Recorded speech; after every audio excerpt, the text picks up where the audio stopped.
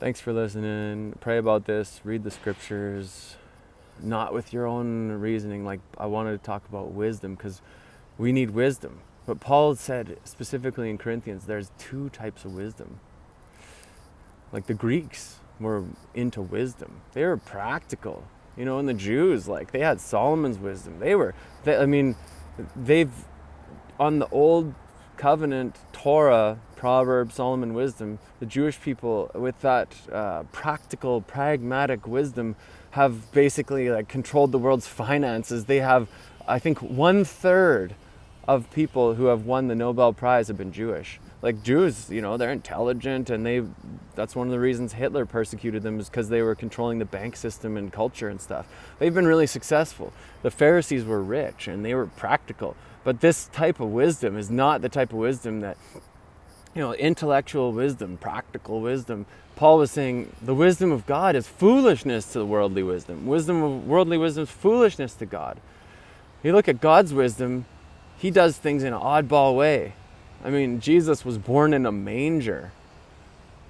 Jesus was born and it's a scandal. Like, Jesus, all the people in the town of Nazareth, Jesus, and even in Israel, the Pharisees were calling Jesus illegitimate.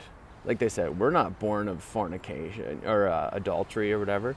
Like, what God did with Mary actually seemed scandalous. It made her, like, if you didn't know what the Holy Spirit was doing, if you didn't know what was going on, you would be gossiping and saying, oh, look at Mary, she's pregnant, hasn't got married yet.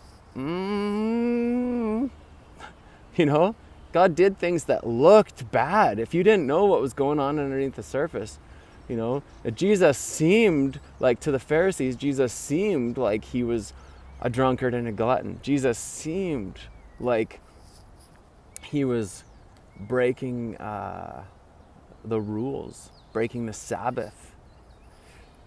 But it was their own interpretation of that.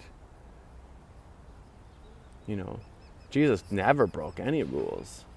Jesus didn't get drunk, although he was filled with joy.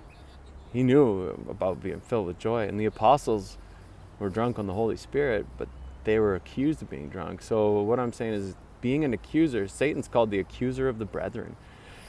It's a really dangerous place to be. So we have to really approach humbly, like accusing people.